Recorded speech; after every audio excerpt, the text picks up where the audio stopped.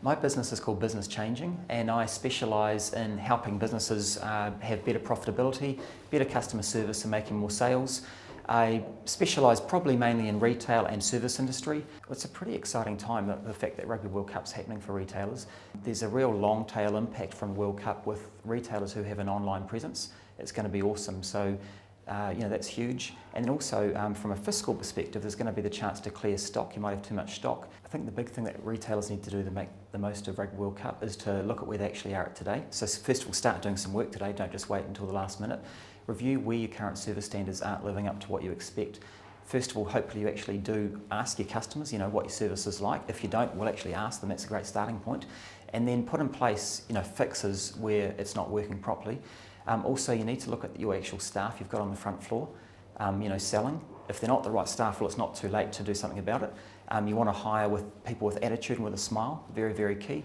The other thing is you need to plan out your promotions around that time. You might need to change the seasonality of your stock. It's going to be huge September and October. Do you need to move your season forward or back a month or whatever? You also need to look at your signage.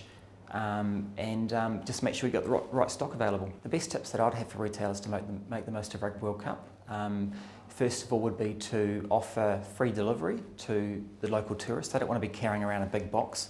So literally say, okay, that's cool, you leave it here, I'll deliver it to you at 5 o'clock this afternoon. That would be awesome. I would also have some magazines in other languages. You're going to have perhaps a lot of Japanese, a lot of French people, which other countrymen you're going to have who don't speak English. And also cater to men and ladies. You're going to have both obviously coming into your store. I'd also have a local event actually not aimed at tourists but aimed at your local customers. Make the most of the World Cup as a potential promo vehicle. So put on a night perhaps for your customers.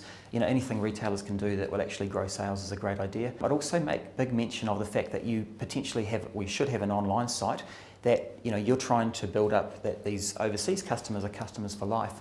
So make them know that to deal with you online is going to be a breeze. You'll give them, I'm not saying you give them free shipping, but it will be fantastic shipping, really good service. They can keep loving your product even when they go back to wherever they've come from.